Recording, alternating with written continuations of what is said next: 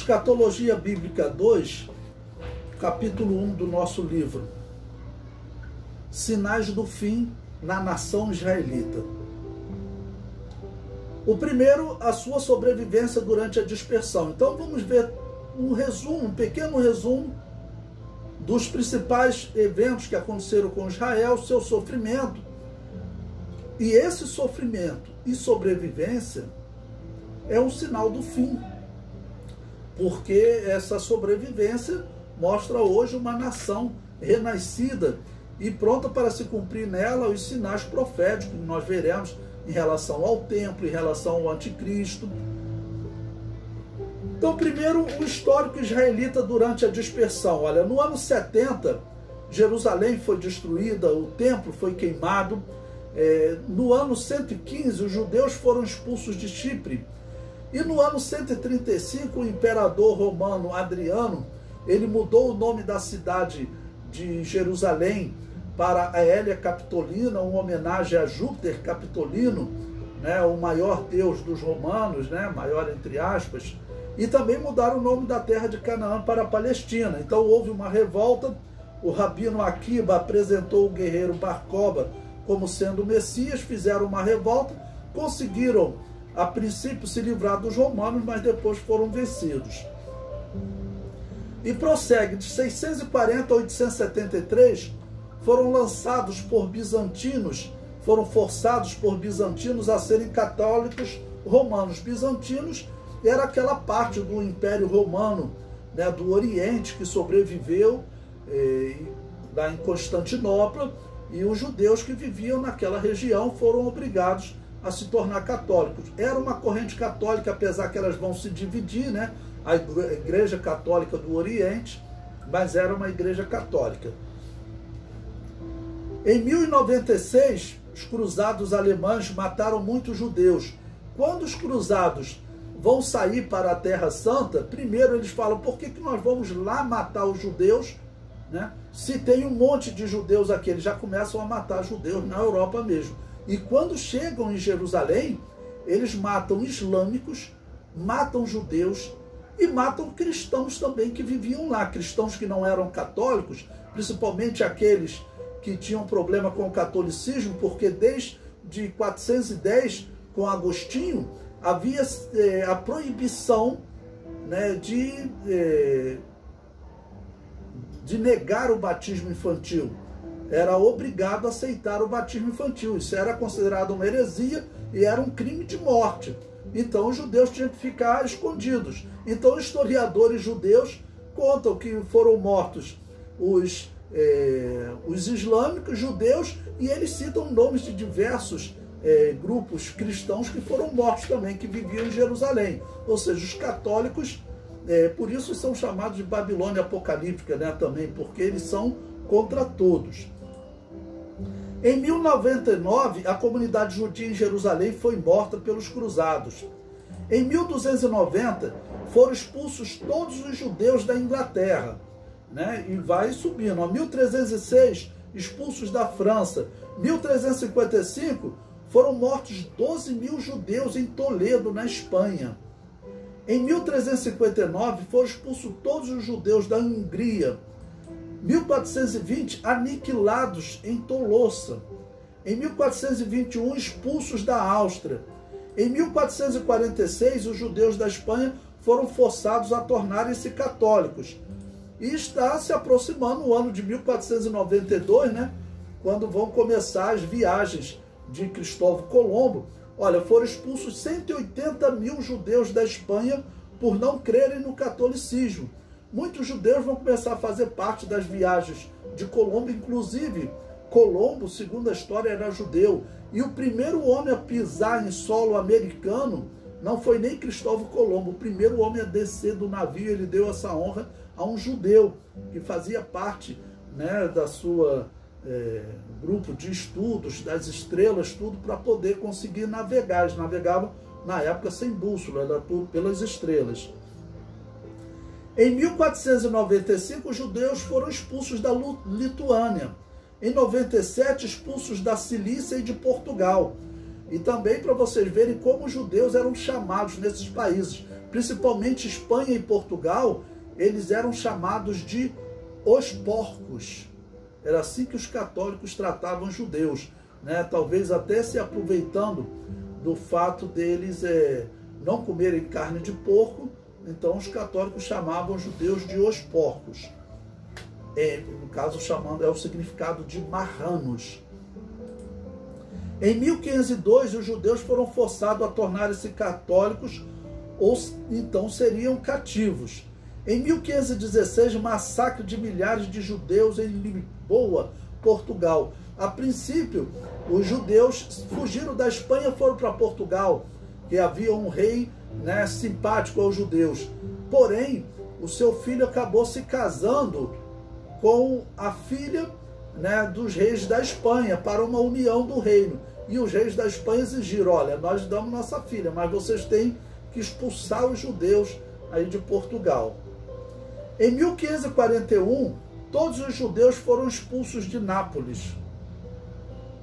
Em 1648, foram mortos 100 mil judeus na Polônia. 1727 foram expulsos da Rússia. Bom, o fim do 18º século, ele vai marcar um período um pouquinho melhor para Israel. Por quê? Nesse período, os Estados Unidos já estavam desenvolvidos e na Inglaterra havia um pouquinho mais de tolerância para os judeus. Na colônia inglesa, nos Estados Unidos, a tolerância era muito grande, tá bom? E quando chega no ano 1790, que vai ter a independência dos Estados Unidos, eles vão colocar, né, como uma lei na Constituição americana, que ninguém pode ser molestado por sua religião. Pronto, acabou ali o problema dos judeus e também o problema dos cristãos anabatistas, que eram mortos por católicos e pelas igrejas reformadas. Tudo porque os cristãos anabatistas é aquele grupo que não aceitava o batismo infantil desde a época de Agostinho, que decretou a morte deles. Lutero também perseguiu e matou. Zwingli, então, matou muitos. Calvino, ele falou: vocês anabatistas aqui de Genebra, ou vocês abandonam essa doutrina, ou serão mortos. Então fujam, eu dou a chance a vocês de fugir. Esse era o misericordioso dos reformados. Bom, quando nós chegamos em 1838, toda a comunidade judia de Mésia, de Pérsia, foi forçada a tornar-se islamita. Ou seja, aí acabou a perseguição dos Estados Unidos. A Europa, o que acontece? Ocorreu a Revolução Francesa. A Revolução Francesa, ela aconteceu também porque tinha muitas guerras entre católicos e protestantes, né? Eles perseguiam, os católicos perseguiam os protestantes e os anabatistas. E os protestantes perseguiam os católicos e os anabatistas. Haviam diversas guerras entre cidades católicas e cidades protestantes, né? Então, essas guerras estavam trazendo tantos problemas que a Revolução Francesa, ela determinou também, né? Foi 9 anos depois da proclamação da independência dos Estados Unidos, da Constituição Americana, e na Revolução Francesa eles colocaram: ninguém pode ser molestado por sua religião. Pronto, então nesse momento os judeus também passaram a ter paz na Europa. Os anabatistas também, tá bom? Eles passaram a ter paz na Europa. Vamos lembrar os católicos e os reformados que eles só pararam de matar os cristãos quando o Estado disse: olha, nós não queremos mais ligação com religião, porque todos os católicos, desde Constantino, todos os reformados, desde Lutero, de Calvino, eles sempre foram igrejas estatais. Na Inglaterra, então, nem se fala. Eram igrejas que elas usufruíam dos recursos do Estado, da lei do Estado, e quem não concordasse com a doutrina deles era expulso ou morto, né? Então, com esse princípio de ninguém ser molestado devido à sua religião, os reformados tiveram que parar de matar os cristãos anabatistas. Os católicos tiveram que parar de matar os cristãos anabatistas. Em 1882, 750 mil judeus são oprimidos na Rússia, vivendo em residência muito limitada. 1891 foram expulsos de Moscou. Em 1917, a Rússia negou o direito de identidade aos judeus nascidos lá, somente para persegui-los. Em 1921, foi criado um programa contra os israelitas na Rússia. Em 1939, foram mortos 6 milhões de judeus pelos nazistas, que segue até o final da Segunda Guerra, né?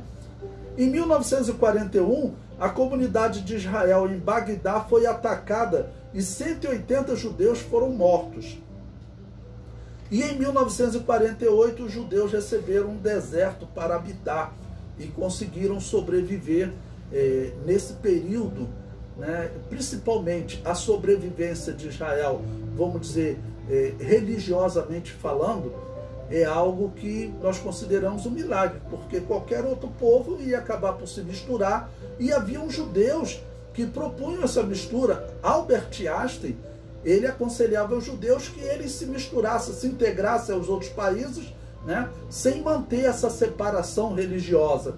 Albert Einstein recomendou isso, ele era judeu, né? Bom, todo esse período, esse tempo que eles ficaram sem pátria, né, nenhum outro povo resistiria. Se você pegasse os brasileiros e colocasse eles 1.700, 1.800 anos, foi mais ou menos o tempo que os judeus ficaram, né, longe de Canaã, por 1.800 anos vivendo em outro local, eles com certeza não manteriam a sua identidade. E se os judeus conseguiram manter isso, eles agradecem a quem? Agradecem em primeiro lugar a Bíblia Sagrada. Porque Deus, tendo dado a Bíblia e a religiosidade, foi isso que segurou os israelitas para que eles não se misturassem com outros. Mas, por outro lado, eles estavam desviados e eles deveriam olhar para o que Deus havia dito que aconteceria com eles se eles escolhessem o caminho do pecado, o caminho da idolatria. Em Deuteronômio 28, 25 diz: E vos espalharei entre as nações, e desembainharei a espada atrás de vós, e as vossas cidades serão desertas. E isso aconteceu, porque Jerusalém e em Canaã, e depois em todo o Império Romano, o imperador Adriano proibiu que os judeus ensinassem a lei. A lei não poderia nem ser ensinada. Então era para realmente acabar com a religiosidade de Israel. Em Levíticos 26, 33, ele diz: o Senhor te fará cair diante dos seus inimigos. Bom, então, essa dispersão de Israel, durante todo esse período, vou considerar aí do ano 135, porque foi do ano que eles foram expulsos, né? E não podiam habitar na região de Canaã e não podiam ensinar a lei em qualquer parte do Império Romano. Os judeus que viviam no Egito, né, que viviam em qualquer cidade da Grécia, tudo que fosse do domínio romano, eles não poderiam ensinar as escrituras. Então, esse é um grande sinal do fim.